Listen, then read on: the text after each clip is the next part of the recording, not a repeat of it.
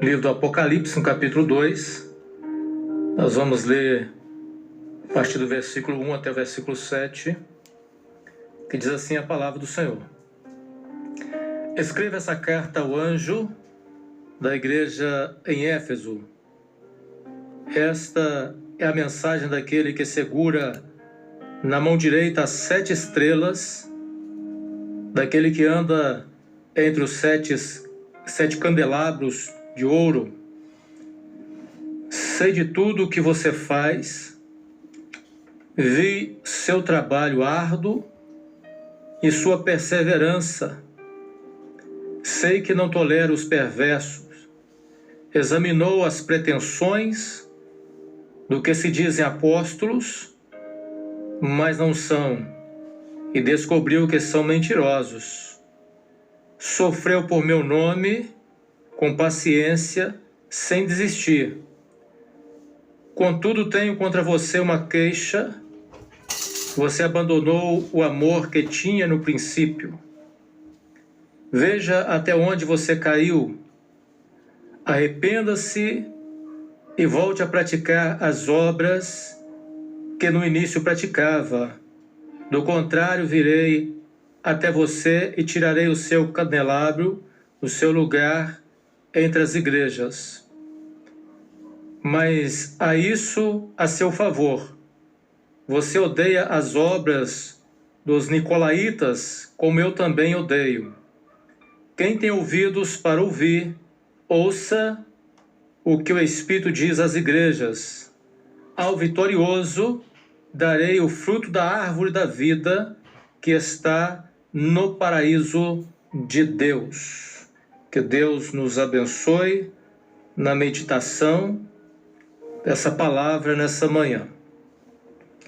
Nós estamos iniciando uma sequência de mensagem aqui no livro do Apocalipse, em especial nas 7 cartas endereçadas às 7 igrejas da Ásia. E queremos começar já dizendo a respeito do nome Apocalipse. Toda vez que nós ouvimos essa palavra Apocalipse, geralmente nós somos levados a pensar em catástrofes, logo nós pensamos no fim do mundo, essas coisas todas. Mas, na verdade, a palavra Apocalipse, ela quer dizer revelação.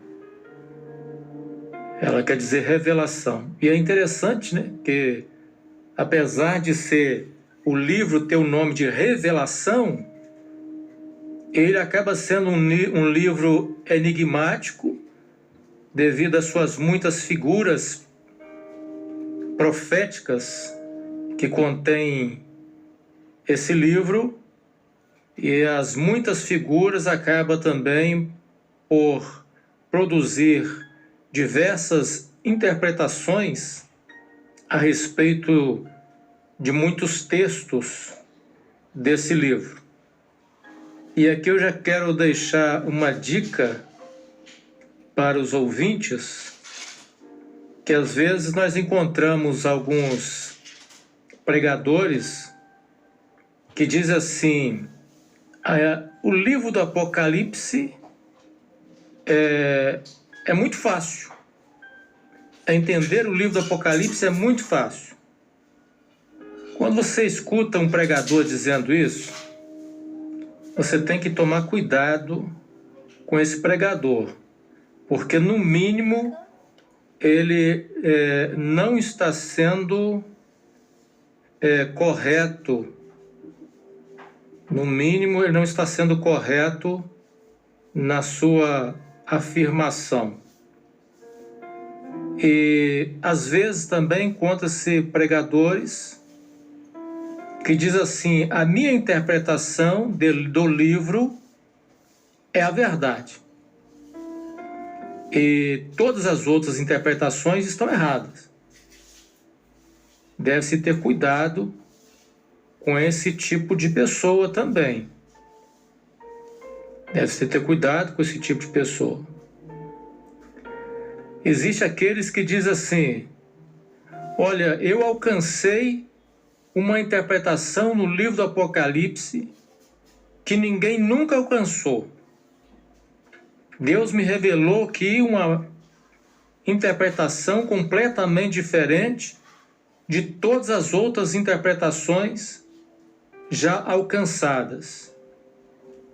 Essa pessoa, com certeza, ela está sendo enganada e estará também enganando outros com esse tipo de argumento.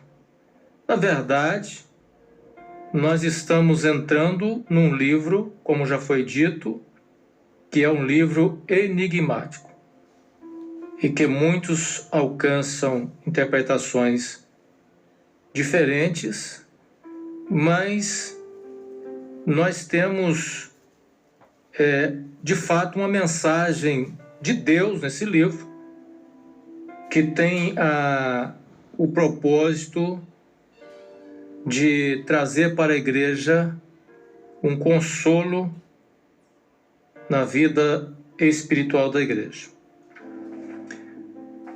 O que nós lemos aqui é uma carta, e como toda carta, ela tem o seu remetente e ela tem também o seu destinatário. E já no versículo 1 do capítulo 2, nós já encontramos aqui quem é o remetente e quem é o destinatário. O destinatário aqui é o anjo da igreja.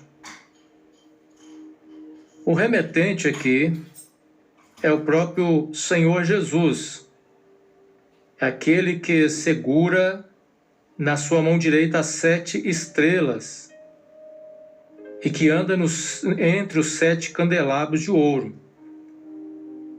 No capítulo 1, o Senhor Jesus já se revela como aquele que foi morto e reviveu, como aquele que está andando entre os 7 candelabros e que segura na sua mão direita as 7 estrelas. Nós não vamos entrar aqui no contexto histórico, até mesmo devido ao nosso pouco tempo que temos. Nós vamos falar um pouco só a respeito dessa carta. E quando nós vemos aqui o Senhor Jesus segurando na sua mão direita as 7 estrelas e andando entre 7 candelabros de ouro, nós vemos aqui que há um mistério aqui, que envolve essa figura das 7 estrelas e esses 7 candelabros de ouro. Mas é um mistério que a própria palavra já revela esse mistério. Quando nós vemos no versículo 20 do primeiro capítulo, diz assim: este é o significado do mistério das 7 estrelas que você viu em minha mão direita e dos 7 candelabros de ouro. As 7 estrelas são os anjos das 7 igrejas. E os 7 candelabros são as 7 igrejas. Então aqui o mistério já está revelado, né? As 7 estrelas representam aqui os 7 anjos. E os candelabros representam a igreja. Mas há de se perguntar: que igreja é essa? Será que a mensagem aqui foi endereçada somente àquela igreja local que existiu na cidade de Éfeso? Porque aqui a carta está endereçada à igreja de Éfeso. Será que a mensagem é somente endereçada à igreja de Éfeso? E é o que nós vamos ver aqui. A primeira coisa, a palavra de Deus, quando diz assim, a igreja de Éfeso, não é o nome de uma denominação, né? Hoje em dia nós temos a igreja cristã dividida em diversas denominações cristãs. Mas quando se refere que a igreja de Éfeso, está referindo-se à congregação cristã que existia na cidade de Éfeso. Então, de fato, existiu essa igreja local que recebeu primeiramente essa mensagem, mas nós vamos ver que essa mensagem não foi endereçada como alguns entendem, que tudo que está aqui diz respeito somente à igreja daquele tempo, a igreja de Éfeso daquele tempo. Mas, na verdade, a mensagem que contém aqui, essa carta, é uma mensagem para a igreja de todos os tempos. E isso é fácil de nós entendermos quando nós lemos o versículo 19 do capítulo 1, que diz assim: portanto, escreva o que viu, tantas coisas que estão acontecendo agora, como as que acontecerão depois. Então, as coisas que estão acontecendo agora diz respeito àquilo que estava naquele período acontecendo na igreja local. As coisas que acontecerão depois diz respeito àquilo que alcançaria a igreja de Jesus nos anos. Um outro versículo que também corrobora com esse entendimento é o versículo número 7 do capítulo 2, que diz assim: quem tem ouvidos para ouvir, ouça o que o Espírito diz às igrejas. Então é uma mensagem que não foi somente para a igreja local, mas uma mensagem para as igrejas, a igreja em todo o tempo. Há uma interpretação também das 7 cartas do Apocalipse, onde a carta à igreja de Éfeso é tida como uma carta profética que descreve a história da igreja, ou seja, o início. A igreja de Éfeso seria o início da história da igreja que existiria nessa terra e que a história vai sendo desenrolada nas demais cartas até chegar na última carta de Laodiceia. Essa interpretação também ela pode ser corroborada com o versículo 7, com o versículo 19 do capítulo 1, que nós acabamos de ler, né? Ela pode ser corroborada também, fundamentada nesse versículo. Agora, uma vez que nós identificamos que a igreja aqui não é somente a igreja local, mas a mensagem para a igreja de Jesus em todo o tempo, nós precisamos identificar agora a figura desse anjo. Esse anjo que recebe a carta. Quem é esse anjo? Algumas interpretações possíveis. Alguém diz e defende que esse anjo é um ser celestial. Eu entendo que essa interpretação é uma interpretação que não tem muito embasamento bíblico para que esse anjo seja um ser espiritual que protege a igreja. E eu digo isso porque a carta é endereçada ao anjo, e essa carta endereçada ao anjo, ela faz menção às falhas cometidas pelo anjo, o pecado cometido pelo anjo, a advertência dada ao anjo, o que não é possível aplicar aos anjos de Deus. A outra aplicação que nós temos é que esse anjo representa, na verdade, a igreja de Jesus. E parece caminhar nessa interpretação os tradutores da Bíblia NTLH, nova tradução linguagem de hoje, porque quando eles traduzem aqui, onde nós lemos a palavra eu sei de tudo o que você faz, está na verdade no plural, né? Não está no singular, está no plural, se aplicando a todos que fazem parte da igreja. E a outra explicação para esse anjo, que creio eu ser a explicação, o entendimento majoritário, é que esse anjo, na verdade, é o líder da igreja, é o pastor da igreja. E a mensagem, ela é endereçada para a igreja, embora ela seja endereçada ao pastor, ao líder da igreja, ela tem como a finalidade não uma mensagem exclusiva para o líder, mas uma mensagem para a igreja.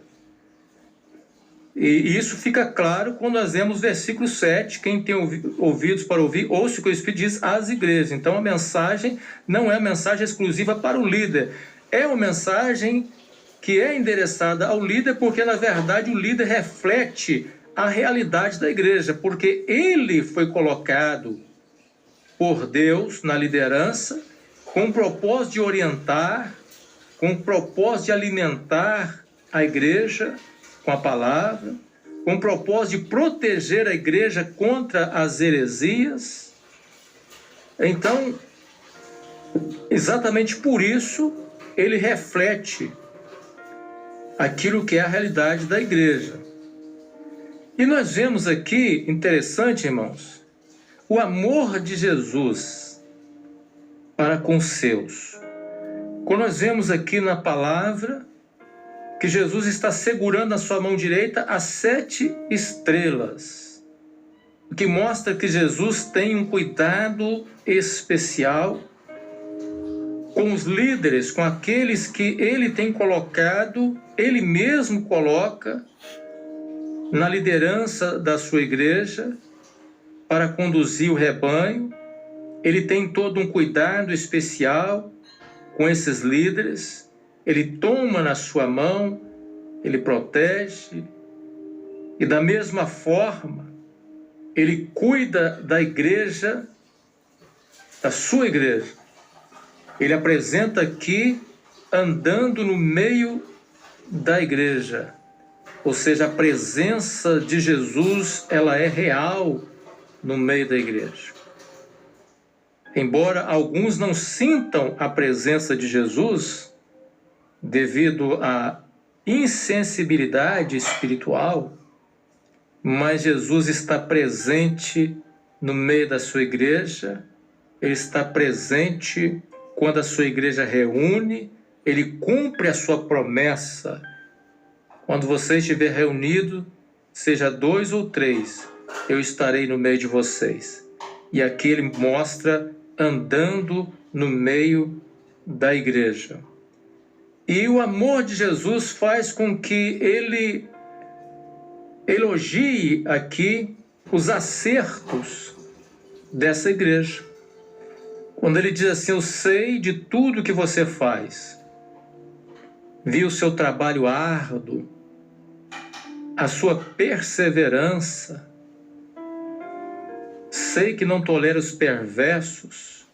Então ele está elogiando aqui essa atitude da igreja, uma igreja que trabalha com vigor, que persevera apesar das tribulações, das perseguições, uma igreja que persevera, que insiste em permanecer com Cristo. Não tolera os perversos.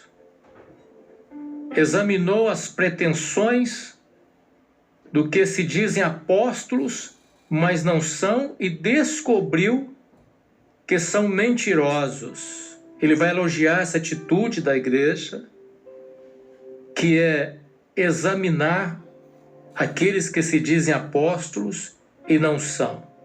Sempre existiu na história da igreja aqueles que tomam para si um título, ocupa-se um lugar de liderança sem que o dono da igreja o tenha colocado em tal posição. E esses falsos líderes, eles são facilmente identificados quando a igreja ela tem o cuidado necessário de examinar esses líderes e fazendo o exame usando justamente a ferramenta adequada, que é a palavra de Deus. Porque descobriu que são mentirosos. Porque a palavra de Deus é a verdade. É a igreja que tem a palavra de Deus como prática na sua vida, que tem o cuidado, como os bereanos, de examinar as coisas que estão sendo ensinadas pelas lideranças, conferindo com a palavra. Essa é uma igreja que facilmente identifica os falsos líderes. O falso líder, ele não é identificado por um erro teológico apenas.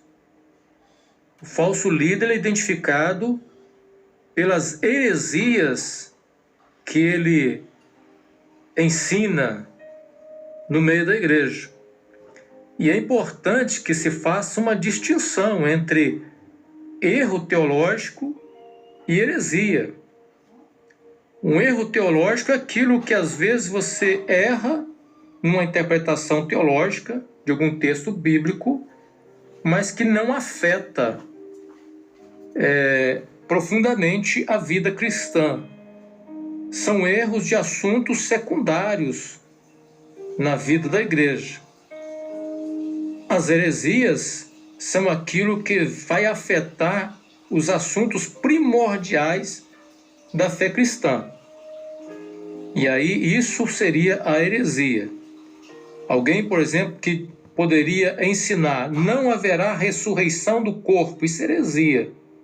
Se alguém disser assim: não haverá arrebatamento da igreja, Jesus não virá literalmente para arrebatar a igreja, isso é uma heresia.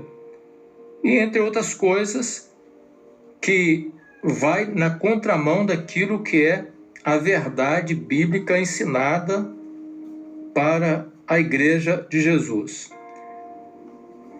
E ele continua elogiando a igreja, e ele diz assim: sofreu pelo meu nome com paciência, sem desistir. Os servos do Senhor sempre sofreram e sempre vão continuar sofrendo pelo nome de Jesus. As perseguições religiosas, elas sempre existiram e elas sempre continuarão a existir. Em alguns locais, em alguma época, de uma forma mais clara. Em outras ocasiões, a perseguição será de forma velada. Mas os servos de Deus sempre sofrerão pelo nome de Jesus. E nós precisamos ter paciência e não desistir em nenhum momento. Mas o amor do Senhor Jesus para com a sua igreja não é um amor cego que o impeça de ver e enxergar os erros cometidos pela igreja. As pessoas, às vezes, que estão sempre procurando falhas nas igrejas. E eu vou dizer para você, você sempre vai encontrar uma falha na igreja. Sempre. Porque os erros acontecem. As falhas acontecem. E é interessante que Jesus, o amor dele não deixa passar desapercebido, ou sem que seja corrigido, a falha cometida na igreja. E nós vemos isso no versículo 4 e 5, quando ele diz assim, depois de elogiar a igreja, ele vai dizer assim: contudo, tenho contra você uma queixa. Então ele tem uma queixa contra a igreja, apesar dos elogios. E qual seria essa queixa? A queixa é: você abandonou o amor que tinha lá no princípio. Ou seja, apesar de ser uma igreja com uma boa ortodoxia, capaz até de identificar facilmente os falsos apóstolos, mas é a igreja que ela estava perdendo o seu amor, aquela chama do primeiro amor, estava apagando, estava ficando para trás. Ou seja, muitas vezes uma igreja, se ela não cuidar, ela pode se tornar uma igreja sem fervor espiritual. Uma igreja até culta biblicamente, mas sem o fervor espiritual. Isso acontece quando se abandona o primeiro amor.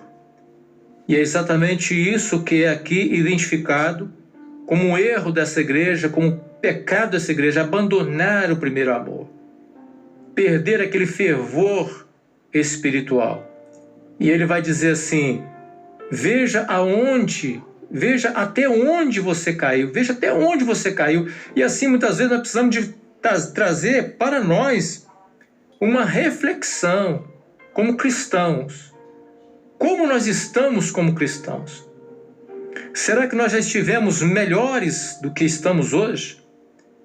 Será que nós já vivemos com mais fervor espiritual do que nós estamos vivendo hoje? E aí a palavra de Deus diz assim: veja até onde você caiu. Porque muitos já deixaram o primeiro amor. Muitos já não têm mais o fervor espiritual na sua vida. Estão esfriando, espiritualmente esfriando. O amor esfriando. E aqui vem um conselho amoroso da parte de Deus. E o conselho é: arrependa-se. Quando você toma consciência de que você não é mais aquele cristão fervoroso, que alguma coisa está errada. Então faça uma análise, arrependa-se logo e volte a praticar as obras que no início praticava, as boas obras, as obras impulsionadas pelo fogo do Espírito, pela paixão pelo Evangelho, pela paixão pela palavra. Volte a praticar o amor a Deus em primeiro lugar e ao próximo, porque esse é o mandamento do Senhor Jesus. Porque do contrário, o Senhor Jesus aqui traz uma advertência amorosa, mas uma advertência. Porque do contrário, se não fizer isso, virei até você e tirarei o seu candelabro do seu lugar entre as igrejas. Então, um líder que é confrontado com essa verdade, que é responsável pela situação, muitas vezes, da igreja que ele está liderando, uma igreja que está esfriando, que está afastando do amor de Deus, se ele não se arrepender, se ele não for para os pés do Senhor, o peso, o juízo virá, a cobrança virá, e aqui nós vemos a responsabilidade de nós como líderes, a responsabilidade que nós temos na nossa mão, que é de conduzir o rebanho dentro daquilo que é o propósito, dentro daquilo que é a vontade de Deus. É interessante que ele continua dizendo: mas há isso a seu favor. Que coisa maravilhosa. Um Jesus que com amor ele elogia, ele corrige, mas faz tudo com amor. Há pessoas que hoje em dia têm dificuldade de elogiar uma outra pessoa quando ela acerta. Muitas vezes a pessoa tem essa dificuldade. Há lideranças que têm medo de elogiar, porque acha que o elogio vai destruir a pessoa. É certo que o elogio às vezes pode até ser perigoso, porque nem todos têm a humildade para receber um elogio e permanecer humilde. Mas o que nós vemos aqui é que Jesus, ele elogia. Ele elogia o acerto, mas ele corrige também. E assim os líderes devem reconhecer os acertos dos membros e devem corrigir também os membros quando esses falham de acordo com aquilo que é o propósito e a vontade de Deus. Mas a isso a seu favor, diz a palavra, você odeia as obras dos nicolaítas, como eu também odeio. Nós não vamos entrar aqui muito nessa questão dos nicolaítas. Quem seriam esses nicolaítas?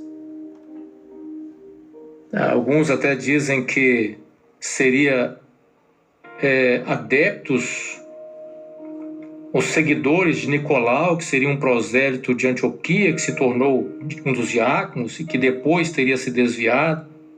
Mas não vamos entrar muito nessa questão. O que fica claro aqui, na verdade, é que esses nicolaítas, eles estavam ensinando algum tipo de heresia, e é exatamente por isso que a igreja, na sua ortodoxia, usando a palavra de Deus, ali pôde identificar as heresias e odiou as obras deles.